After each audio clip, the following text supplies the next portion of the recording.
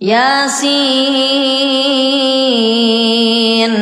والقرآن الحكيم. அல்ஹம்துலில்லாஹ். அன்புக்கும் கண்ணியத்திற்கும் உரிய அல்லாஹ்வின் நல்லடியார்களே, அருமைய சகோதரர்களே, அல்லாஹ்வுடைய அளப்பெரும் நாள்தோறும் ஒரு நபிமொழியை நாம் அறிந்து வருகின்றோம். அந்த அடிப்படையில் இன்றைய நபிமொழி என்னவென்றால், அத்தீனு யுஸ்ருன், அத்தீனு யுஸ்ருன். தினந்தோறும் நாம் கேட்கிற நபிமொழிகளை நாம் மனனம் செய்து வர வேண்டும். ஆரம்பத்திலே உங்களுக்கு நான் சொல்லியிருக்கிறேன், 40 ஹதீஸ்களை எவரும் மனனம் செய்கின்றாரோ அவருக்கு பெருமானார் சொன்னார்கள், மன் ஹஃபில மின் உம்மத்தி 40 ஹதீஸா, யார் இன்றைய உம்மத்திலே 40 ஹதீஸை மனனம் செய்கின்றாரோ, பாஸல்லாஹு யௌம கியாமத் ஃபகீஹா, ஒரே அல்லாஹ் தஆலா அறிவாளியாக எழுப்புவாய். வகுன்துலு ஷாபியம் ஷஃபா, அவருக்கு நான் சிபாரிசு செய்வேன், என்னுடைய சிபாரிசு ஏற்றுக்கொள்ளப்படும் என்பார் ஸல்லல்லாஹு அலைஹி வஸல்லம் சொன்னார்.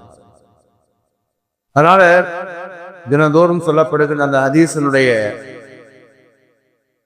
விளக்கங்களிலே ஒரே ஒரு ஹதீஸை நாம் செய்து கொள்ள வேண்டும். பயானுடைய ஆரம்பத்தில் சொன்ன இல்லையா, அதை மட்டும் ஞாபகம் வச்சு மனப்படணும். அந்த அடிப்படையிலே இன்றைய நபிமொழி என்னவென்றால், அத்தீனு யுஸ்ருன், இரண்டே வார்த்தை தான். மார்க்கம் எளிதானது, மார்க்கம் இலகுவானது என்பதுதான் இன்றைய ஹதீஸாக இருக்கிறார். அன்பிற்கினியவர்களே, இந்த இஸ்லாமிய மார்க்கத்துக்கு அல்லாஹ் தஆலா சில தனி சிறப்புகளை கொடுத்திருக்கின்றார். அறிஞர் ஒரு மக்கள் எழுதுகின்றார்கள், இந்த மார்க்கம் என்பது எந்த மார்க்கத்துக்கும் எந்த மதத்துக்கும் இல்லாத 3 சிறப்புகள் இந்த மார்க்கத்துக்கு இருக்கிறது. முதல் சிறப்பு என்ன? இந்த மார்க்கம் கமால், ஒரு முழுமையான மார்க்கமாக இருக்கின்றது. அல்லாஹ் தஆலா தன் திருமறை கூறுகிறார், அல்யௌம அக்மல்து லக்கும் தீனக்கும், இன்றைய நாளிலே உங்களுக்கு இந்த மார்க்கத்தை நான் முழுமைப்படுத்தி விட்டேன் என்று அல்லாஹ் கூறுகிறார். முழுமைப்படுத்தி பேரா என்ன? ஜாமிஅ மானி என்பதாக சொல்வார். இது எல்லா வகையான சட்டங்களுக்கான தீர்வுகள் இதிலே சொல்லப்பட்டிருக்கிறது. எல்லா வகையான பிரச்சனைக்கு தீர்வு இருக்கிறது, எல்லா வகையான சட்டங்கள் இதிலே இருக்கிறது. இதுல இல்லாத சட்டம் என்பது இல்லை. அது மாதிரி வேறு எதையாவது கொண்டாந்து இதில் சேர்த்துங்கிற தேவையும் இல்லை. இதுல இது இல்லை, அதனால வேற புண்ணாந்து வேற சட்டத்தை புண்ணாந்து சேர்த்தோம் அப்படிங்கிறது தேவை. ஆக இந்த மார்க்கம் என்பது ஒரு முழுமையான மார்க்கம். அல்லாஹ்வுடைய வருகிறது இல்லையா? ஹஜ்ரத் ரசூலுல்லாஹி ஸல்லல்லாஹு அலைஹி வஸல்லம் அவர்கள் ஒரு உட்கார்ந்திருக்காங்க, அமர்ந்திருந்தாங்க. ஒரு அபூபக்கர் சித்திக் அமர்ந்தாங்க. இந்த துபை பாருக்கு வந்தார். சொன்னாங்க, நான் மதீனாவுடைய வெளிப்புறத்துக்கு நான் சென்றேன். இங்கே தௌராத்துடைய பாரங்கள் நடந்து கொண்டிருந்தது. யூதர்களுடைய அந்த வகுப்பறையிலே தௌராத்துடைய வேதங்கள் போதிக்கப்பட்டது. நானும் இங்கே போய் பார்த்து நல்லா இருந்துச்சு, சொல்லக்கூடிய கருத்துக்கள் நல்லா இருந்துச்சு. அதுல சில பிரதிகளை நான் என்ன செஞ்சேன், வாங்கி கொண்டு வந்தேன். அதனால அல்லாஹ்வுடைய தூதரே, இதுவும் நன்றாகத்தானே இருக்கிறது, இதுவும் நன்றாகத்தானே இருக்கிறது என்பதாக அவர்கள் சொன்னார்கள். இதையும் நாம் கடைபிடிக்கலாமா என்ற அர்த்தத்திலே கேட்கிறார்கள். அப்போதான் பெருமானார் ஸல்லல்லாஹு அலைஹி வஸல்லம் முகம் கோபத்தால் மாறிவிட்டது. அவங்க அபூபக்கர் சித்திக் செய்யறாங்க.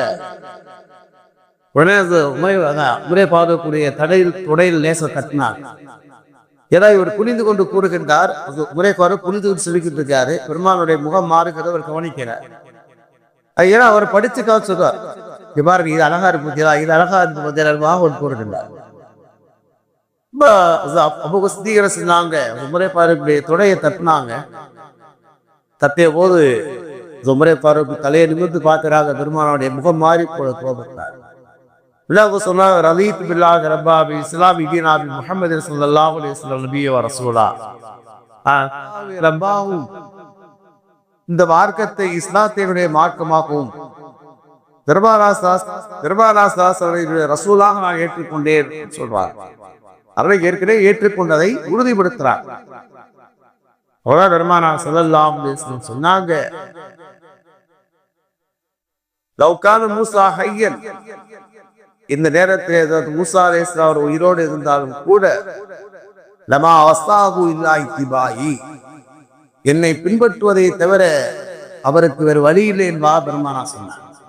என்ன அர்த்தம்? இந்த மார்க்கம் ஒரு முழுமையான மார்க்கம். இந்த மார்க்கத்துக்கு வந்ததுக்கு பிறகு இன்னொரு மார்க்கத்திலே இந்த விஷயம் சிறப்பாக இருக்குது என்பதாக நினைப்பதை கூட மார்க்கம் தடை செய்கின்றார். அந்த அளவுக்கு இந்த மார்க்கத்திலே எல்லா விஷயங்களும் நமக்கு முழுமையாக நிறைவாக கொடுக்கப்பட்டிருக்கிறது. இந்த மார்க்கத்துடைய இரண்டாவது சிறப்பு என்னவென்றால் ஜமாலினூடாக கூறுகிறார். ஜமால்னா அழகானது. இந்த மார்க்கத்தினுடைய ஒவ்வொரு சட்டங்களையும் ஒவ்வொரு தீர்வுகளையும் பார்த்து மற்ற மதத்தவர்கள் கூட ஆச்சரியப்படுகிறார்கள், பெருமிதப்படுகிறார்கள். இந்த தலாக்குடைய சட்டத்திலே கூட முத்தலாக்குடைய சட்டத்திலே கூட மாற்று மதத்தை சார்ந்த அறிஞர்கள் எம்பிக்கள் எல்லாம் பேட்டி கொடுத்தார்கள். அந்த மார்க்கம் மிக முழுமையான ஒரு உண்மையான மார்க்கம் என்பதாக சொன்னார்கள். ஏன்னா இந்த மார்க்கத்தை பொறுத்தவரை ஒரு கணவனுக்கு பிடிக்கல, நியாயமான காரணங்கள் இருந்துச்சு, தலாக் போடலாம். அதே மாதிரி ஒரு பெண்ணுக்கு வந்து என்ன செய்யறது, கணவனிடத்திலே ஒரு நியாயமான காரணங்கள் இருக்குமானால் அவர் என்ன செய்யலாம், ஹொலா கேட்கலாம், மார்க்கத்தில் அனுமதிக்கலாம். நியாயமான காரணங்கள் இருந்தால் கூடும். அதே நேரத்தில் என்ன செய்யறாங்க, அந்த பெண் கேட்கிறாங்க, கணவர் கொடுக்க மறுக்கின்றார், அந்த ஜமாத்துல் காசிய திருமணத்தை என்ன செய்யலாம், கேன்சல் செய்யலாம். இப்ப இது பிரச்சனை பாருங்க, இலகுவா முடிந்து விடுகிறது. அதுக்காக எடுத்தோம் கவிழ்த்தோம்னு உடம்ப செய்ய மாட்டாங்க, முடிந்து விடுகிறது. ஆனா கோர்ட்டுக்கு போனா எப்ப முடியுது, அது அவருடைய ஹயாத் வரைக்கும் மௌத் வரைக்கும் தொடர்ந்துகிட்டே இருக்கும். கடைசியில ஒரு காலத்துல இவங்க எல்லாம் முடித்து என்ன செய்யறாங்க, ஓஞ்சு போயிடுவாங்க. அதுதான் என்ன செய்யணும், மறைந்தே போய் விடுகிறார்கள். அப்ப என்ன செய்யறாங்க, மாற்று மதத்தினுடைய அந்த அறிஞர்கள் கூட என்ன செய்யறார்கள், இஸ்லாத்தினுடைய சட்ட திட்டத்தை உயர்வாக மதிக்கிறார்கள், பெருமையாக பேசுகிறார்கள். அப்படி ஒரு அழகாசம். ஒரு புறத்திலே மருத்துவர்கள் பாருங்கள், மருத்துவர்கள் அவ்வளவு பாராட்டுகிறார். சமீபத்திலே கூட ஒரு லேடி டாக்டருடைய ஒரு நான் பேட்டியை கண்டேன். அதாவது அமர்ந்து கொண்டு தண்ணீர் குடிப்பதனுடைய சிறப்பை அவர் கூறுகின்றார். அவர் கூறுகின்றார், நான் இது வரைக்கும் நான் நின்று கொண்டு தண்ணீர் குடித்ததில்லை. இஸ்லாத்திலே சொல்லப்படுகின்ற அந்த கருத்தை நான் யோசித்து பார்க்கிறேன். உடல் ரீதியாக எவ்வளவு அந்த நன்மை இருக்கிறது என்பதையெல்லாம் அவர் பாராட்டுகின்றார். ஹலாலான முறையிலே அறுக்கப்பட்டு அந்த உணவை சாப்பிடுவதனுடைய சிறப்பை பற்றி அந்த மாற்று மதத்துடைய மருத்துவர்கள் பேட்டி அளிக்கிறார்கள். அதன் மூலமாக அந்த உயிர் என்ன செய்யறது, இலகுவாக பிரிகின்றது, அதனுடைய ரத்தங்கள் வெளியேறுகிறது, அதனால் அந்த கறி தூய்மையாக இருப்பதாக கூறுகிறார்கள். இஸ்லாமிய மார்க்கத்தினுடைய சட்டங்கள் வழிகாட்டுதல்கள் அது ஜமால் அழகான. இஸ்லாமிய மார்க்கத்தினுடைய சட்டங்களை அதனுடைய கட்டளைகளினுடைய அழகை கண்டுதான் ஏராளமான மக்கள் இஸ்லாத்துக்கு வருகிறார்கள். இஸ்லாத்தை பற்றி தாவா செய்ததை விட அதனுடைய அழகான வழிகாட்டுதல்களை விளங்கிக் கொண்டு இஸ்லாத்துக்கு வருகிறார்கள். வேறு நாடுகளில் இன்னைக்கு இஸ்லாம் பரவுவதற்கு என்ன காரணம், ஒழுக்கங்களை போதிக்கின்றது, குடும்பத்தினுடைய அந்த கட்டமைப்பு அது போதிக்கிறது. ஏன்னா அவங்க மனம் போனபடி வாழ்கிறார்கள். ஒரு காலத்தை அவங்க வாழ்ந்து அதனுடைய பாதிப்பை எல்லாம் அனுபவித்ததற்கு பிறகு பார்க்கிறார்கள். இதற்கு ஒரு ஒழுக்கத்தை போதிக்கின்ற மாற்றம் இது இஸ்லாம் போதிக்கின்றது. ஒரு திருமணம் செய்தவராக ஹலாலான முறையினை வாழ வேண்டும் என்பதை எல்லாம் போதிக்கின்றது. அதனால வந்து தன்னுடைய மேன்மையை விளங்கிக் கொண்டு என்ன செய்யறாங்க, மற்ற மதத்தினுடைய சகோதரர்கள் எல்லாம் ஈமானுக்கு வருகிறார்கள். இது இன்று மட்டும் நடப்பதல்ல, பெருமானாரின் காலத்தில் நடந்தது ஒன்றும் அல்ல. ஒரு மாற்று மதத்தை சார்ந்தவரை பள்ளியில புண்ணாந்து என்ன செய்ய ஒரு 3 நாளைக்கு அமர வைத்தால் ஒரு முஸ்லீம் ஆகிவிடுவார். பெருமானா ஸல்லல்லாஹு அலைஹி வஸல்லம் காலத்துல யமாமா நாட்டுடைய மன்னர் சுமாமா அவர் கையாக கைப்பற்றப்படுகின்றார். கூடவே கையாக கைப்பற்றப்படுகின்றார். 3 நாட்கள் மஸ்ஜித் நபவியிலே கட்டி வைக்கப்பட்டார். 3 நாட்கள் மெலிசினா கட்டி வைக்கப்பட்டார். பெருமானா ஸல்லல்லாஹு அலைஹி 3 நாள் நலம் தர விசாரித்தார். வேறு எதுவும் சொல்ல வேண்டும். நலம் விசாரித்துட்டு போயிடுவாங்க. 3 நாட்கள் கழித்து அவரை கட்ட அவிழ்த்து விடுவார்கள். நீ போகலான்னு சொல்லுவாங்க. நீ உன் நாட்டுக்கு போகலாம் என்பார். அவர் நேராக போவார். மஸ்ஜித் நபவிக்கு அருகிலே இருந்தப்போ தோட்டத்துல போய் குளித்து விட்டு வந்து பெருமானா ஸல்லல்லாஹு அலைஹி வஸல்லம் கரம் பற்றி ஈமானை ஏற்றுக்கொள்வார். ஏனெனில் இந்த இஸ்லாத்தினுடைய அந்த அழகை கண்டு என்ன அழகாக வருகிறார்கள், தொழுகிறார்கள், குர்ஆன் ஓதுகிறார்கள். இங்கு எந்த வகையான ஆபாசங்கள் இல்லை, எந்த வகையான ஏற்றத்தாழ்வுகள் இல்லை, மெயினா ஏற்றத்தாழ்வு இல்லை. அதனால நான் சென்ற ஜும்மாவிலே சொல்லணும் பார்த்தேன் டைம் பத்தல. யார் வேணாலும் வரலாம், யார் வேணாலும் வரலாம் இல்லையா? இசை ஞானியமாக சொல்லப்படுகின்றது. மேல் சபையுடைய எம்பியா இருக்காரு, கோயிலுக்குள்ள போறாரு, வட்டி விட்டார். கருவறைக்குள்ள போய் வட்டி விட்டாங்க. ஏன்னா உள்ள வரக்கூடாது, வாசல் இருந்து கூட்டிட்டு போயிருந்ததா. பள்ளியில செய்யலாம், யாரு வேணாலும் வரலாம். அவருடைய மகன் என்ன செய்யறார், யுவன் சங்கர் ராஜா, அவர் அப்துல் ஹாலிக் ஈமானுக்கு வந்தவர். அவர் கூறுகிறார், தந்தையே நீங்கள் வாருங்கள், காபாவிலே முதல் வரிசையிலே உங்களை நான் தோவ வைத்தேன். உங்கள் அதிர்ச்சி விரட்டி விடுகிறார்கள். இங்க வாருங்கள், ஈமானுக்கு வாருங்கள், முதல் வரிசையிலே போல நான் தோவ வைக்கிறேன் சொல்றாரு. நான் போய் முதல் வரிசையில் தொழுவேன் வச்சிருக்கேன். காபத்துள்ளாவை முதல் வரிசையில் நிற்கலாம், யாரு வேணாலும் நிற்கலாம். அந்த துறையுடைய நேரத்துல நம்ம கரெக்டா போயிட்டு கட்டுன்னு பார்த்துக்கோம். தொழுதிருக்கின்றோம். அசர் நேரத்துல உள்ள போய் என்ன செய்ய அப்படின்னா பக்கத்துல கொஞ்சம் பக்கத்திலே தபாசிலே என்ன செய்வாங்க, அந்த டைம் வந்தது கூட டக்குனு முதவாசில உட்கார்ந்து வேலை முடிச்சு. இந்த மார்க்கம் என்பது என்ன, ஜமால் அழகான நேராயிடுச்சு. 3வதாக இந்த மார்க்கத்திலே சிறப்பு என்ன, நான் மேலே உள்ள ஹதீஸ்ல சொன்னேன் இல்லையா, அத்தீன் யூஸ்புரம். இந்த மார்க்கம் மிக எளிதான, பின்பற்றுவதற்கு எளிதான, இது ரொம்ப கஷ்டம் என்பதாக யாரும் சொல்ல முடியாது. அல்லாஹ் சொல்வார், யுரீதுல்லாஹு பிக்குல் யுஸ்ர் வலா யுரீது பிக்குல் உஸ்ர். அல்லாஹ் தஆலா உங்களுக்கு இலகுவை நாடுகின்றார், மென்மையை நாடுகின்றார். அல்லாஹ் தஆலா உங்களை கஷ்டப்படுத்த நாடவில்லை என்று அல்லாஹ் சொல்றார். இந்த மார்க்கத்துடைய எந்த வணக்கமும் இது என்னால் செய்ய முடியாது என்று கஷ்டப்படுத்துகின்ற கடமை அல்ல. ஏனெனில் அதன் காரணமாகத்தான் அல்லாஹ் தஆலா நபிமார்களை மனிதராக அல்லாஹ் அனுப்பி வைத்தார். ஏன்னா அவங்க கேட்டாங்க, காப்பீர்கள் கேட்டாங்க, ஒரு மலக்கு வந்து நாங்க ஏற்றுக்கொள்ள இருக்கலாமே, பெருமானாரத்தை கேட்டார். எங்களை மாதிரி ஒரு மனிதரை நாங்கள் எப்படி ஏற்றுக்கொள்ள முடியும் கேட்டார்கள். அல்லாஹ் தஆலா பதில் சொன்னார், உங்களை மாதிரி மனிதராக அனுப்புவதற்கு காரணமே அவரை மாதிரி அவரை பார்த்து நீங்கள் என்ன செய்ய வேண்டும், அந்த கடமைகளை செய்ய வேண்டும் என்பதற்காக. அப்ப இது மார்க்கத்துடைய எந்த விஷயமாக இருந்தாலும் இது என்னால் கடைபிடிக்க முடியாது என்பதாக யாரும் சொல்ல முடியாது. ஏன்னு சொன்னால் கோடான கோடி மக்கள் செய்கிறார். நான் கூட பிள்ளைகளை சொல்லுவேன், எவ்வாறு ஓதுறதுலாம் ஒரு பெரிய கஷ்டமே இல்லை, ஓத கஷ்டம். நீ கஷ்டப்பட்டு இருந்தா இந்த உலகத்துல யாருமே ஓதி இருக்க கூடாது. 3 வயசு பையன், அல்ஜீரியாவை சேர்ந்த 3 வயசு பையன் குர்ஆனை மனனம் செய்கிறான், ஆபீஸ் ஆகின்றான். 7 பிள்ளைகளை ஆபீஸ் ஆகிறான். அதனால இந்த மார்க்கம் என்பது ஒரு கஷ்டம் என்று சொல்லி யாருமே சிந்திருக்க முடியாது. எத்தனை மக்கள் செய்யறாங்க, தொழுகையில எவ்வளவு பேர் இருக்கிறார்கள். ஜும்மா டெல்லியில ஜும்மா மஸ்ஜிதை கட்டியவர் யார் கட்டினார்? ஷாஜஹான் கட்டினார். அவர் மனைவிக்கு தாஜ்மஹால் கட்டினார் இப்படி சொல்லப்படுகிறது. தப்பு என்ன? தன்னுடைய நேசமான மனைவிக்கு தாஜ்மஹால் கட்டினார், என்ன தப்பு? அடுத்த மனைவியை கட்டினாரு, அது கேவலமா பேசுவாங்க. டெல்லி ஜும்மா மஸ்ஜிதை தான் கட்டினார். கட்டியதற்கு பிறகு அவர் சொன்னார், பருவ வயதை அடைந்ததற்கு பிறகு தொழுகை கலா இல்லாமல் தொழுதவர்கள் பள்ளியாசல் திறந்திருப்பாக. பருவ வயதை அடைந்ததற்கு பிறகு கலா இல்லாமல் அந்த தொழுகையை தொழுதவர்கள் அந்த நேரத்தில் தொழுகிறோம். இமாம் ஜமாத்தா தொழுதாங்க, தரியா தொழுதாம் சரி, அந்த நேரத்திலே தொழுகை நிறைவேற்றி என்ன செய்ய, இந்த பள்ளியை திறந்து வைக்கிறீர்களா? யாருமே வரவில்லை. அவரே என்ன செய்தார், வழி இல்லாமல் செய்தார், தவறையோடு வெளியே தெர செய்தார். அதாவது நம்முடைய விஷயம் வெளியே தெரிந்து விட்டதே இருப்பதாக கூச்சத்தோடு என்ன செஞ்சார், திறந்து விட்டார்.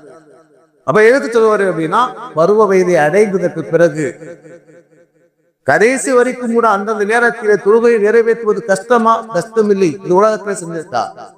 போர்க்காலத்திலே கூட சேரார் அவுரங்கசீப் அந்த யானைக்கு அருகிலே இந்த தொழுகை நிறைவேற்றினார். அந்த நேரத்தில் தொழுகை நிறைவேற்றினார். அதை கருதி எதிரிப்படை என்ன செய்வான், அந்த தலைவர் பார்த்துக்கிட்டு இவர்கள் ஜெயிக்க முடியாதா ஓடிவிட்டார்.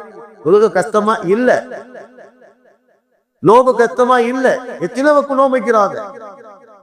நான் ஒரு ஊர் தேவட்டை இமாம் வந்த ஒரு 6 வருஷமா. அந்த நேரத்துல பாத்தீங்கன்னா அந்த காலத்துல செய்வாங்கன்னா சைக்கிள்ல மூட்டையெல்லாம் ஏற்றிட்டு போவாங்க, அரிசி மூட்டை சீன் மூட்டையெல்லாம் ஏற்றிட்டு போவாங்க. அப்ப அது ஒரு கூலி தொழிலாளி இருந்தார். பகல் முழுவதும் என்ன செய்வார் அப்படின்னா, என்ன செய்வார், அந்த மூட்டையை வச்சுக்கிட்டு அப்போ டோர் டெலிவரிங்கிறது நான் சைக்கிள் கொண்டு போறேன் தானே, ஒரு 25 வருஷத்துக்கு முன்னால. பகல் முழுவதும் என்ன செய்வார் அப்படின்னா சவாரி அந்த மூட்டையில வச்சுக்கிட்டு என்ன செய்வாரு, வீடு விடா எந்தெந்த கடையில ஆர்டர் பண்றாங்களோ அந்த கடைகள் என்ன செய்வாரு, ஆர்டர் பண்ணிட்டு போயிடுவாங்க, அந்த வீடுகளுக்கு டெலிவரி பண்ணுவாங்க. ஆனால் ஒரு நாள் கூட அவர் நோம்பி விட மாட்டார், ஒரு தராவியை கூட விட மாட்டார். 30 நாட்கள் 20 ரக்காத் அந்த தராவிகள் ஆரம்பத்துல கடைசி வரைக்கும் அவர் சொல்லுவார். அதை பார்த்து நான் ஆச்சரியப்பட்டு போனேன். என்ன ஒரு உழைப்பு, என்ன ஒரு மாற்றத்துடைய பிடிமா. அப்ப இந்த உலகத்துல ஒரு இபாதத்து கஷ்டமா, ஒரு கஷ்டம் இல்லை. ஜக்காத்தை கொடுக்கக்கூடிய மக்கள் இருக்கதான் செய்யறாங்க, இல்லாம இல்லை. கோடிக்கணக்கான ரூபாய் ரங்குபாட்டு கொடுக்குறாங்களே. ஒரு உதாரணத்துக்கு நான் சொல்றேன், கொடுக்கக்கூடிய மக்கள் கொடுக்கத்தான் கஷ்டமா, ஒரு கஷ்டம் இல்லை. கொடுக்க வேண்டும் என்பதாக முடிவு செய்யவும் கொடுக்கிறார்கள். White house Kumbakonam white house இருக்காங்க. அவங்க தமிழ்நாடு, கேரளா, ஆந்திரா, கர்நாடகாவுடைய எல்லா பள்ளியிலே பணி செய்யக்கூடிய இமாம்கள், துணை இமாம் வாதினிக்கு எல்லாமே ரமலான்ல பணம் கொடுக்குறாங்க. என்ன செய்யறாங்க, அந்த துணி கொடுக்குறாங்க. சரியா, வாரி ஹாஜியார் சமீபத்தில் மூத்தாங்க. அவங்க சொல்லுவாங்கன்னா, அதாவது இது எல்லாமே நான் ஒழுங்குபடுத்த வரைக்கும் அல்லாஹ்விடத்துல ஹயாத்தை கேட்கிறேன். என்ன செய்யறான், நான் இந்த உலகத்தை விட்டு மூத்தாகிவிட்டாலும் கூட இதை ஒழுங்குபடுத்த வேண்டும். இது என்னுடைய வருமானம், இதனுடைய ஜக்காத்துடைய கணக்கு, இது யாராரு கொடுக்க வேண்டும் எல்லாத்தையும் நான் சரி பண்ணி வச்சுட்டு மூத்தாக வேணும்.